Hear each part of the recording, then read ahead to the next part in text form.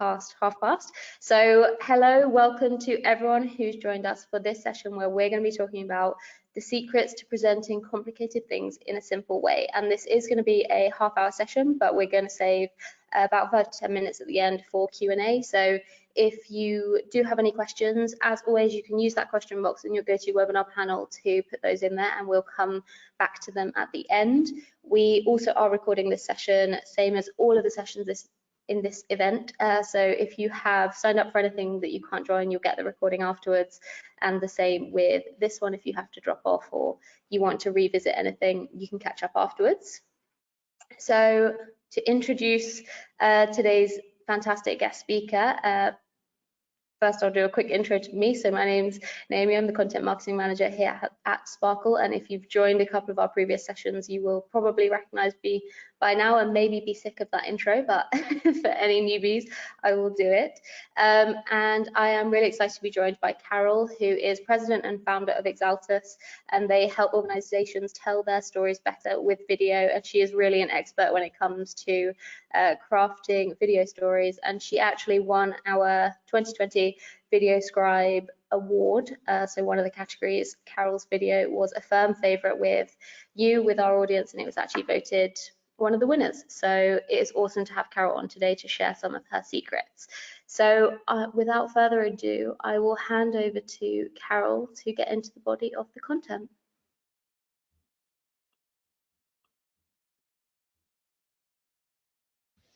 Hi, everybody. Naomi, thank you very much for the introduction. Everybody, thank you so much for giving me your time today. I really appreciate it. I want to start off by asking you a question, something to think about. How many of you have had this experience? You have something important that you want to explain to a group of people, and you're quite comfortable with the subject matter. To you, it's sort of like the equivalent of 2 + 2 = 4. And so you think it's going to go well, you have no reason to doubt it, and then you start to speak. And all of a sudden, that clear explanation that you had in your mind comes out as this completely convoluted, nonsensical garble of an explanation. And you start to get a little bit nervous. You look at the crowd and you notice that some people have confused expressions on their faces, and other people have their eyes glazed over, and still other people are looking at their watches. Suddenly you feel the blush creeping into your cheeks, and you start to think you're blowing it. You had this great opportunity and now you're blowing it. And all of a sudden, all you can think about is how you can get out of this situation. Almost you want the floor to open up and gobble you whole. If I sound like I'm speaking with some experience, it's because I've got plenty of experience with this kind of situation. And that's because even though today I'm in marketing, I have my own company, I didn't take the typical path to get here. I was actually a mathematician by education, born into a family of mathematicians. And you could say that we sort of had math and numbers and data coursing through our veins. And that's what I did for a living for years and years. I occupied strategic positions. So I would do a lot of number crunching and analysis. And then I would meet with the teams to enlist their help to bring the strategy to life. So I had to do a lot of very complex explanations, and they went a lot like this a lot of the times. I wasn't particularly good at it. I was better at the number crunching than I was at the explanation. And what I'm talking about basically is a communication failure. And not all communication failures are that dramatic. Not all of them happen at live events. Some of them happen every single day on your website, and you're losing opportunities without even knowing about it. Others happen on social media, still others in your email communication. And it's not just, customer-facing communication that can go wrong. It could be to your investors, to your employees, your employers, or your students. And regardless of the medium, the audience, communication failures always do come at a cost. And they did for me too, until I decided that I wanted to learn how to fix it. And I started working on it when I was in the corporate world. And I found it so challenging, but also satisfying, that I actually decided to create a company that does just that focuses on taking complicated information and translating it so that it would be easy to understand. And more than easy to understand, I wanted to be able to win and hold people's attention, to engage them, to earn their trust, and to even move them to take action. Now, I won't say that I never mess up. I still learn all the time, but I think I've picked up quite a few tricks to help me do this more effectively. And today I'm going to share my top 12 tips for explaining complicated things in a simple and compelling way. So we're going to get started. The first one sounds really basic: to know your audience. You know, we hear this all the time, but the reality is a lot of us still really miss the mark on that. It's something that on a day-to-day basis in real life, we often do quite naturally. I mean, if you had to explain what you did for a living to your grandmother or your niece, you wouldn't explain it the same way that you explain it to an investor or to an expert in the industry, right? We kind of know to tailor our communication style. But professionally, this is something that gets messed up a lot. And it's important to always remember when you're speaking to a group of people, what is their background? What do they care about? What do they know a lot about and need to know more about? How do they prefer to be communicated with? Jay Akunzo actually says this in a way that really resonates with me. Never feed salad to a lion. Take your audience into consideration. The second one is tell them why they should care. You might have figured out why your audience should care about what you have to say, but sometimes it's not immediately obvious to them. What you really want to do is help them understand right off the bat, before you go into the explanation, how they can benefit from what you have to say.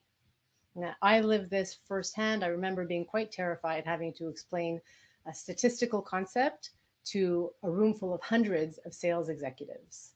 And the reason I had to do that was that they sold software and we had just introduced a new feature that was grounded in statistics. And I can promise you that when I first entered that room, there were not a lot of them who had this innate interest in learning about stats.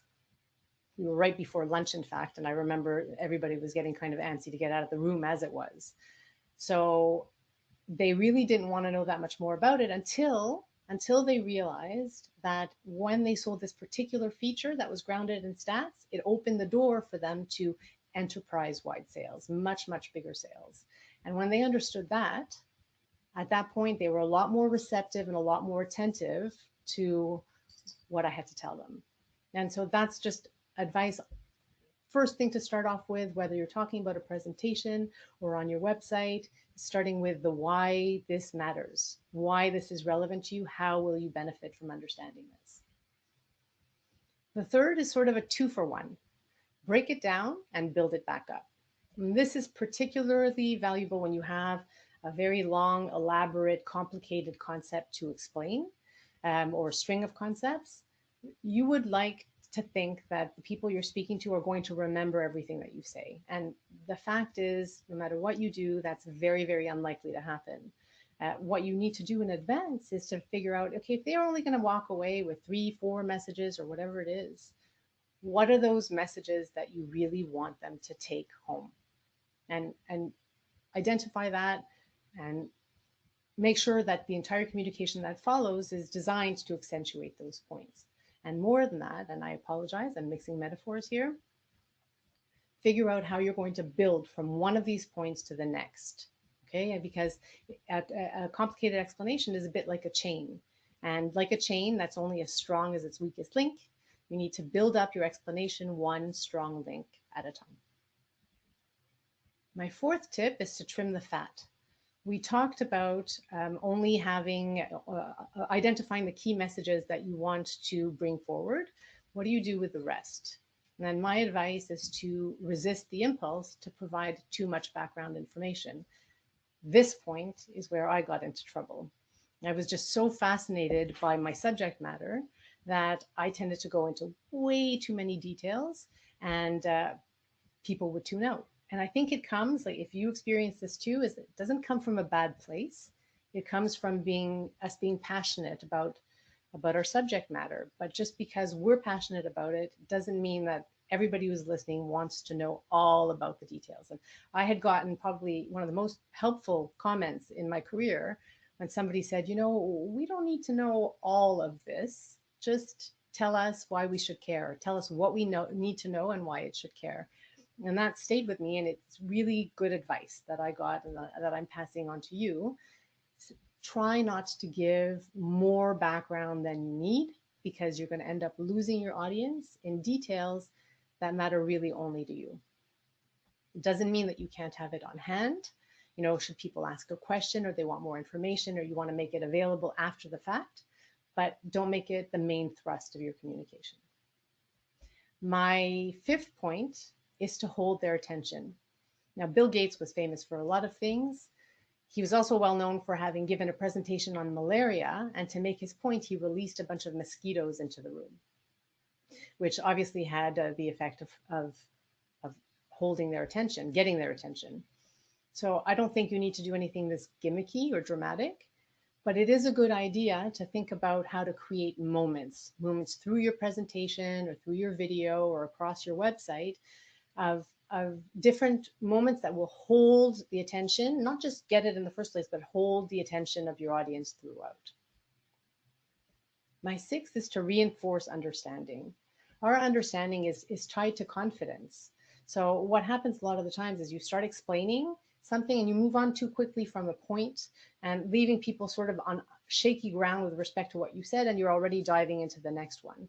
People value, especially when what you're saying is complicated, the opportunity to test their own understanding, to reinforce that understanding. If you're speaking to a smaller group, that can be as simple as just asking them questions or inviting them to ask you questions. And if that's not possible because you're speaking to a larger group, excuse me, there are tools that you can use to incorporate surveys and quizzes inside your presentations. Excuse me. And on your website, for example, you could also include frequently asked questions. Just give them an opportunity to reinforce their own understanding of your subject matter. The seventh is telling stories. You've heard this everywhere. It's become a real business buzzword. Fact is that storytelling is innate within all of us, and it is a superpower. And one of the reasons that it's a superpower is especially not when you just have to explain something and the objective is for them to understand, but if you want people to take action. Because what a lot of studies have shown is that a lot of the decisions that we make aren't driven by reason. They're driven by emotion. We don't make decisions, a lot of our decisions rationally. We make them emotionally, and we rationalize after the fact. So if you want to persuade people to endorse a cause or to buy a product or change their behavior in some way, storytelling can be magical because it sparks emotion and it moves people to act. My eighth tip is to use examples and analogies. Again, especially when you're explaining something complicated, excuse me, when you're explaining something complicated, it's very easy to speak in general terms and to leave people with a very sketchy sort of understanding of what you're saying. And examples and analogies, they make everything a lot more concrete.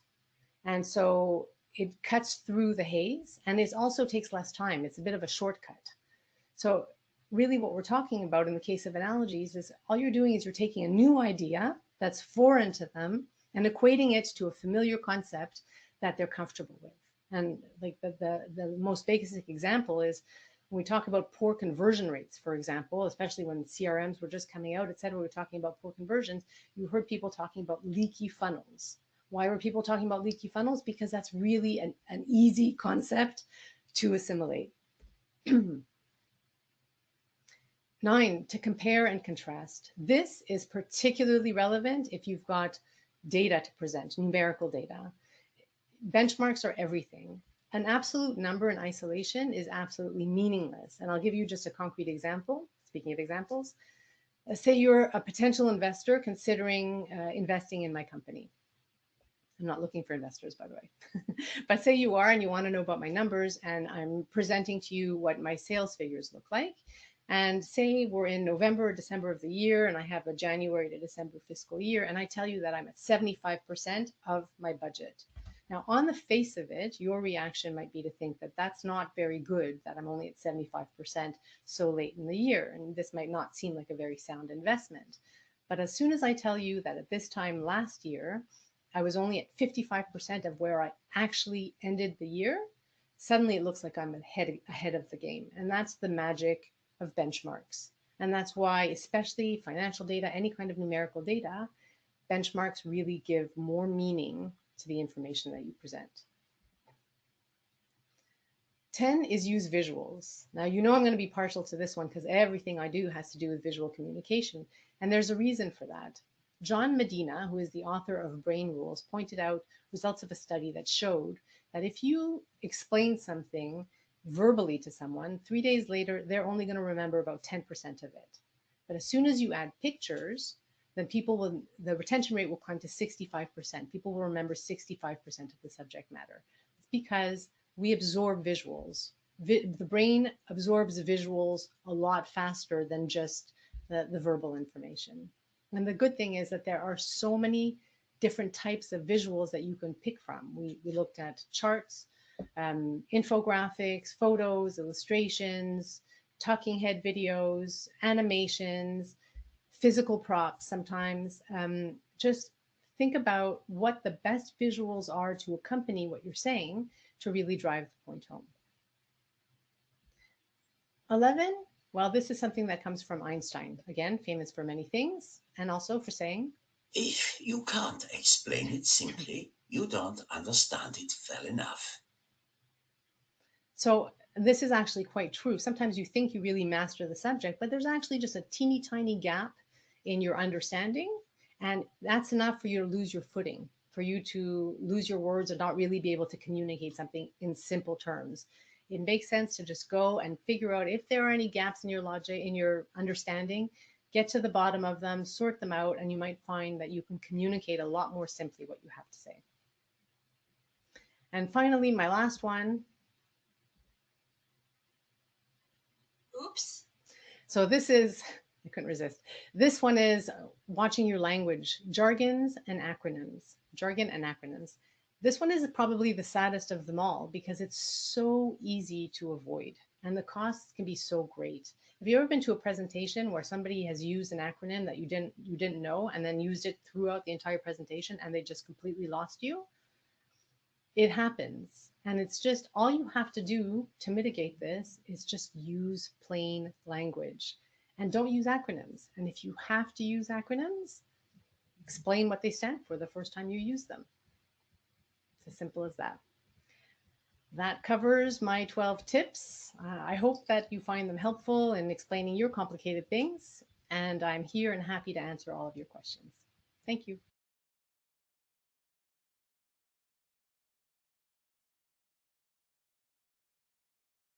So big thank you to Carole for walking us through your tips there. I don't know about everyone else in the audience, but I'm sure there were a lot of things you could take away from Carole's tips and advice. So we now have plenty of time for Q&A. We've got about 10 minutes. So any questions you have, please put them in the chat, the question box, and we will start working through them.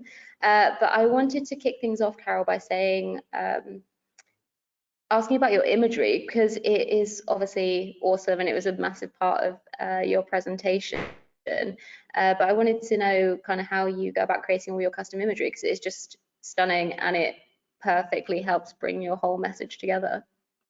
Thank you. I think it really depends from project to project. In this case, I think I drew all of the images myself. So I start with a sketch and then I trace them over in Illustrator. But more and more, because I'm really a fake illustrator, it's not really my background. I've just kind of learned on the job. I have access to some really great freelance illustrators who will help me. But I will add that normally for presentations, I don't do the hand-drawn style. It's actually the second time I've done it in a presentation. More often than not, I use flat design or full bleed photos I think what ties all of my presentations together is they're very visual. I have a sort of an allergy to bullets, and I only use them if my clients make me. I feel like that is actually a very helpful allergy to have. If you want to pass it on to any of us too, we would appreciate that. So we've just had a comment from Michelle saying, obviously, thanks to Carole, and she took a lot of notes, so that is always good to hear. We've had a question from Chloe saying, firstly, this was so helpful, so that is awesome. Chloe said, I always fumble my words when I get nervous. Do you have any tips for people who have a fear of public speaking? Well, you're probably asking this question to exactly the wrong person because I have a terrible fear of public speaking. It's actually quite amazing that I'm not in a puddle on the floor right now. But what I'll tell you in terms of my own experience and what helps me is that there's a switch in my brain that if I can find it and turn it on and shift my perspective from one where I'm performing and all eyes are on me, which as an introvert is the worst possible thing, and instead focus on the content and think of myself as just helping, making that change makes all the difference, and the nerves just kind of fall away for me. Great advice. We've had a question from Dora asking, can you give some examples of complicated concepts or clients you've worked with in the past, I guess, to give us some more ideas of how this would work in a real life setting? Sure. I worked with a cardiologist and a professor of medicine who, building presentations for him on 2 occasions, he spoke to the American Heart Association, and he was presenting his own research on how to detect cardiovascular disease in younger patients so that they could be treated and to avoid cardiovascular events. I worked with an association, which is basically a grouping of healthcare experts, researchers, and patient advocates, and their goal is deprescribing, is basically to promote the deprescribing of medicine that may not be helpful anymore, that may in fact cause harm in patients, particularly in older patients who've been using it for years and probably shouldn't be. I worked with a cancer network that needed to disseminate the results of a survey, and it's not all medical. I've also worked in finance, manufacturing, with people doing the companies specializing in supply chain communication, and not all of my clients have complicated things necessarily to explain either. Some of them just want to sell things, and so we focus on communicating in an engaging and effective way. I think that's really nice because it just shows that you can use these principles on basically anything, regardless of how dense it is or how much you're trying to promote something. So that is. And sorry, if I could just add, like different ways too, because the cardiologist was a presentation, but the deprescribing organization, we did a series of 4 whiteboard videos, and in the case of the Cancer Network, it was an infographic. So it doesn't really matter which medium you choose, you know, the principles are the same. That's a great point as well, because we're not just talking about purely video, we're talking communicating in any format. So we've just had a whole rush of questions, so I'm just going to filter through these. So we've had a good question from Bill that's asked, any suggestions for presenting a concept to a very mixed audience where some might be new to the topic and others are looking for deeper detail? So how do you kind of cater to both ends? Quite a tricky one, but yeah, I would say that's a really great question, and it's a really tricky one. I'd say that you have to shoot somewhere in the middle, inevitably, because you're not doing a custom presentation for each one.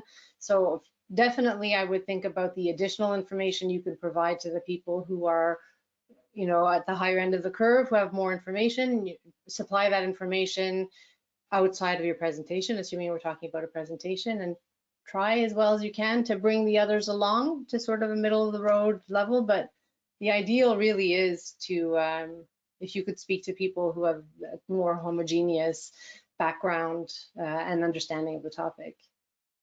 Definitely, that is a super tough one, isn't it? We've had another question from Bess, who's asked, firstly, she said outstanding presentation, so quick little shout out to you. He said, for a series of VideoScribe videos, do you think repeating the same promotional message at the end of each video is a good idea? If the action that you want them to take is the same, sure. Call to action at the end where and actually in some cases I've had, like in that series that I did on the Deep Prescribing Network, there was a series of call to action depending on the action they wanted to take. But I would say there's no reason to mix it up if really the action that you want them to take is the same from video to video. Nice. We've had a question from Jennifer who's asked, how do you work on removing the word from your vocabulary while presenting? I'm sure this is something a lot of us could benefit from. Any tips you have? I don't know. I might do that myself. I don't know. It's a tough one. I guess I do that myself. I think you have to, I have more experience producing presentations, to be honest, than actually delivering them. But I would say practice on video, rewatch it, keep working at it. That's really the only way to do it.